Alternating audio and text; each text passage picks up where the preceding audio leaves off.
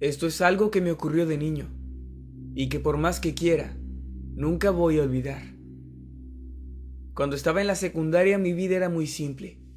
Saliendo de clases mi única preocupación era encontrar algo en que entretenerme por el resto de la tarde. Ni siquiera las tareas escolares me abrumaban, pues por lo general no las realizaba. Hasta la fecha me pregunto cómo es que nunca reprobé una sola materia. Edgar y yo éramos mejores amigos y también éramos vecinos. Nos conocíamos de toda la vida, y por aquella época la televisión ya nos comenzaba a parecer un poco repetitiva, y los juegos de niños ya nos aburrían bastante. Así que paulatinamente nos fuimos volviendo más y más exigentes, hasta el punto en el que solo las emociones más fuertes lograban causarnos diversión. A escondidas estuvimos ahorrando por meses para comprar una tabla de Ouija, y una noche escapamos para ir al cementerio. Jugamos por un rato, fue algo muy divertido, pero nada ocurrió, así que acordamos nunca más volver a utilizarla. Pero poco tiempo después, Edgar me habló sobre varios juegos y rituales que había encontrado en internet. Los jugamos todos, pero eran solo historias, ninguno funcionaba realmente. Aún a sabiendas de esto, nos gustaba jugarlos, pues la adrenalina que sentíamos era más que suficiente para nosotros. Aún después de haber realizado tantos rituales y haber visitado tantos lugares abandonados y supuestamente embrujados, había un lugar al que no nos atrevíamos a ir. La idea de entrar ahí era simplemente escalofriante, pues ni el viejo cementerio ni las casas abandonadas tenían tan mala reputación como ese lugar. Se trataba del antiguo orfanato, o lo que quedaba de él, pues había sido quemado hacía ya más de 30 años. Existían muchas versiones de cómo esto había ocurrido, pero todas señalaban como responsable a la misma persona, Alex, el pirómano. Se decía que Alex era un huérfano que creció en aquel lugar. Desde niño había mantenido un comportamiento muy extraño, no hablaba con nadie, y las monjas encargadas de dirigir el orfanato incluso llegaron a creer que el niño tenía algún problema de audición, así que en múltiples ocasiones lo llevaron al médico. Pero la conclusión siempre era la misma: Alex estaba completamente sano, al menos físicamente. Pasaron los años y Alex solo empeoraba. Gustaba de maltratar y torturar animales, desde pequeños insectos hasta perros y gatos. En algún punto, comenzó a sentir una fuerte atracción obsesiva hacia el fuego, por lo cual siempre llevaba consigo una caja de fósforos.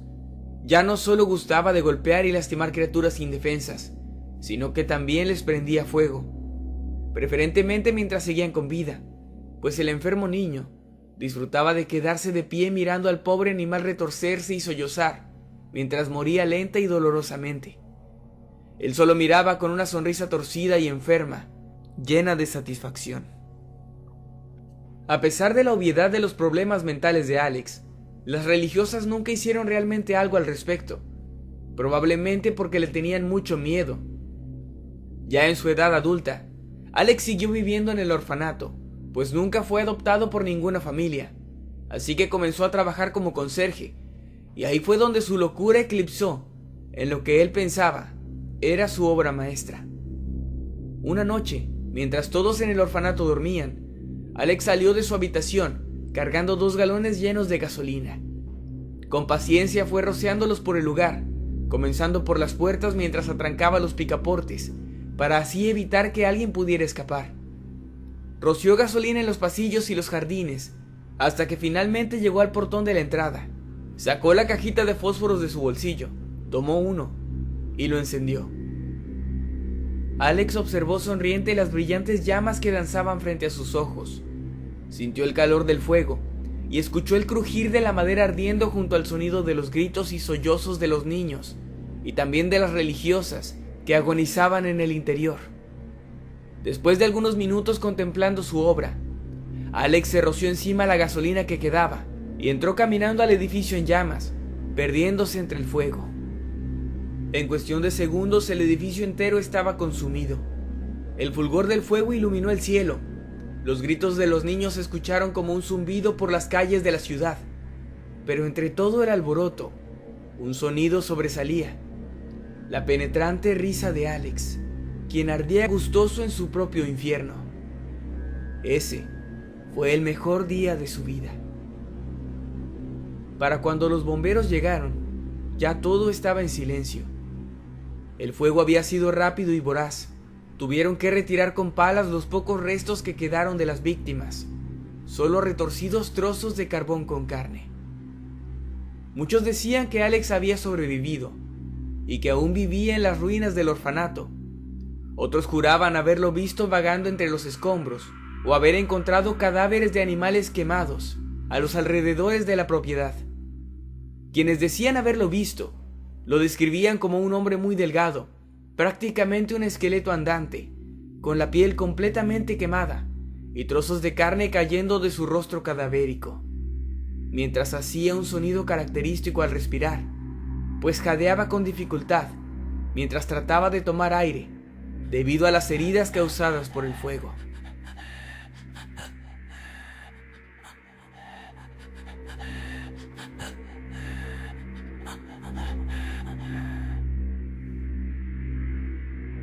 Todos en la ciudad conocíamos la historia de Alex el pirómano.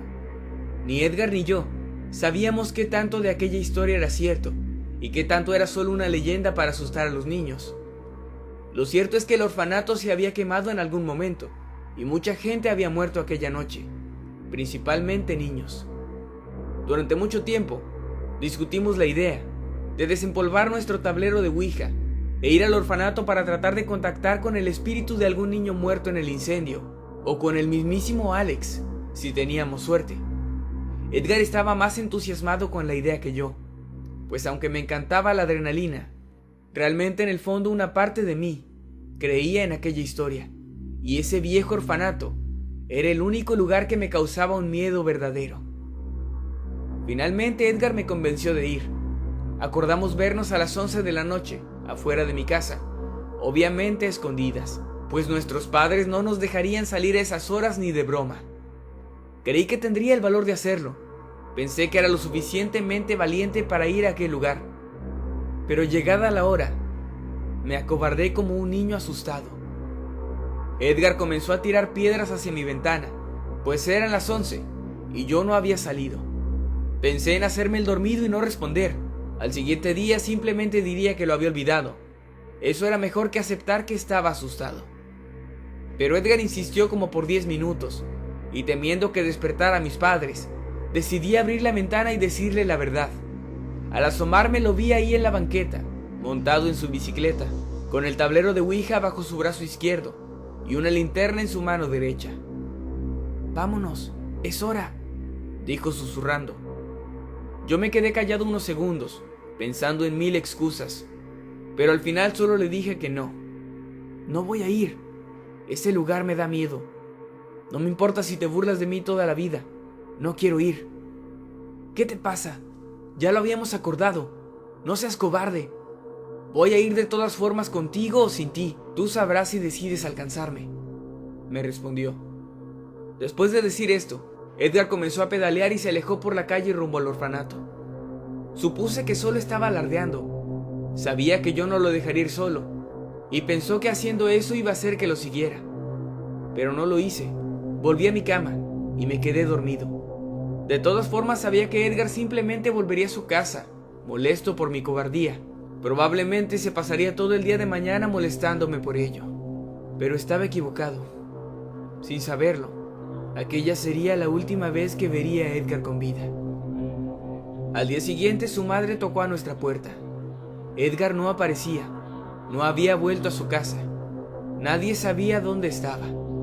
La policía dijo que comenzarían a buscarlo después de 24 horas, pues la mayoría de los niños perdidos suelen volver solos dentro de ese tiempo. Decían que probablemente había escapado, pero todos sabíamos que Edgar no era esa clase de chico. Su familia, mi familia y nuestros vecinos lo buscaban por los parques y las calles de la ciudad, pero solo yo sabía exactamente dónde encontrarlo. Pero si lo decía, nuestros padres se enterarían de que habíamos planeado algo tan irresponsable. No quería ni pensar en el castigo que nos pondrían. Eran casi las 9 de la mañana y era sábado. Imaginé que solamente se había quedado dormido en aquel lugar. Debía ir a despertarlo. Después ya inventaríamos alguna excusa del por qué no aparecía. Aún estaba asustado por tener que ir solo a aquel lugar, pero de día era mucho más fácil para mí.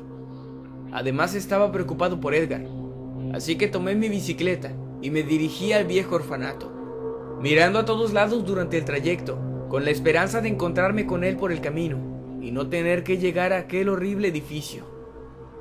Pero eso nunca pasó, y finalmente, muy a mi pesar, llegué al orfanato. Era un edificio de 2 pisos, de unos 300 metros cuadrados, completamente calcinado, con vigas dobladas y grafitis por doquier. El lugar daba muy mala espina, aún bajo la luz del sol. No quería ni imaginar cómo se vería en la oscuridad. Al dar los primeros pasos dentro del orfanato, sentí un terrible escalofrío sobre mi nuca. Imaginé a todos aquellos niños gritando y tratando de escapar del fuego sin éxito. Las paredes eran completamente negras y tenían marcas de rasguños. El suelo estaba cubierto de escombro y cenizas. Di algunos pasos más y justo en medio de la habitación principal se encontraba perfectamente alineada en el suelo la tabla de Ouija que Edgar y yo habíamos comprado. Edgar indudablemente la había utilizado aquella noche, pues el oráculo estaba justo encima de la palabra sí en el tablero. Me agaché para recogerlo, pero entonces lo escuché.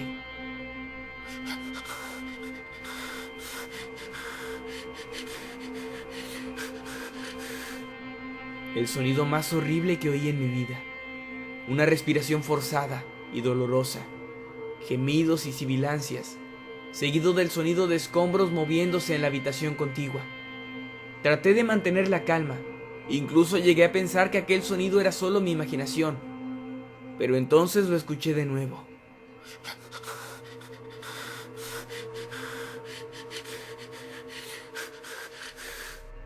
Definitivamente venía de la otra habitación.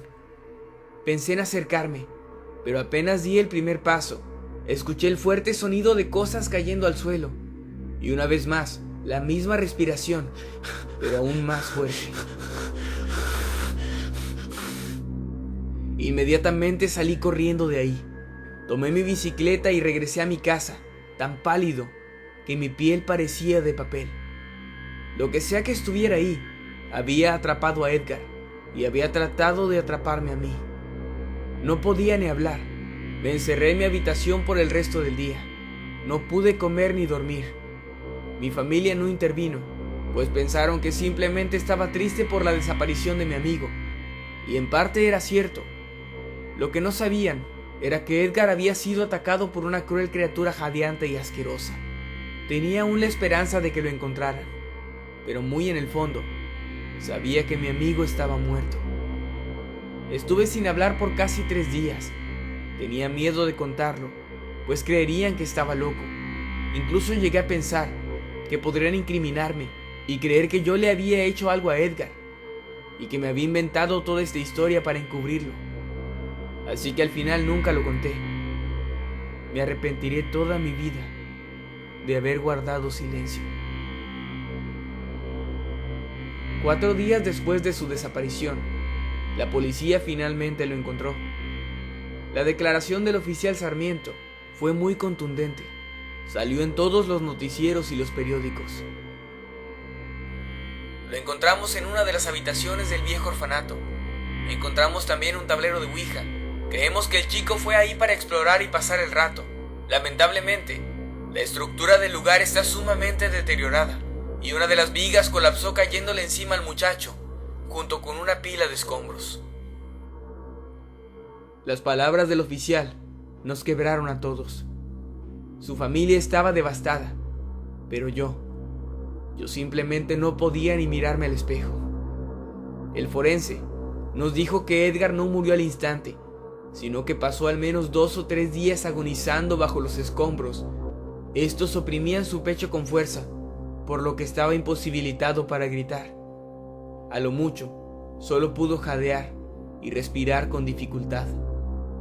Lo que había escuchado aquel día no era Alex el pirómano, sino los dolorosos jadeos de Edgar, tratando de tomar un poco de aire y moviendo los escombros para que yo pudiera escucharlo y ayudarlo. Pero lo único que hice fue salir corriendo. Si tan solo hubiera hablado, él aún estaría vivo. Si tan solo hubiera aceptado acompañarlo, tal vez podría haber conseguido ayuda. Pero no lo hice. Y ahora debo vivir con eso. Tengo casi 30 años y nunca se lo conté a nadie. Cada noche desde aquel día, escucho su respiración en mi cabeza, como si estuviera detrás de la ventana. Tal vez es mi conciencia, tal vez mi imaginación, pero es tan claro que realmente creo escuchar a diario cómo mi amigo muere lentamente, justo al lado de mí.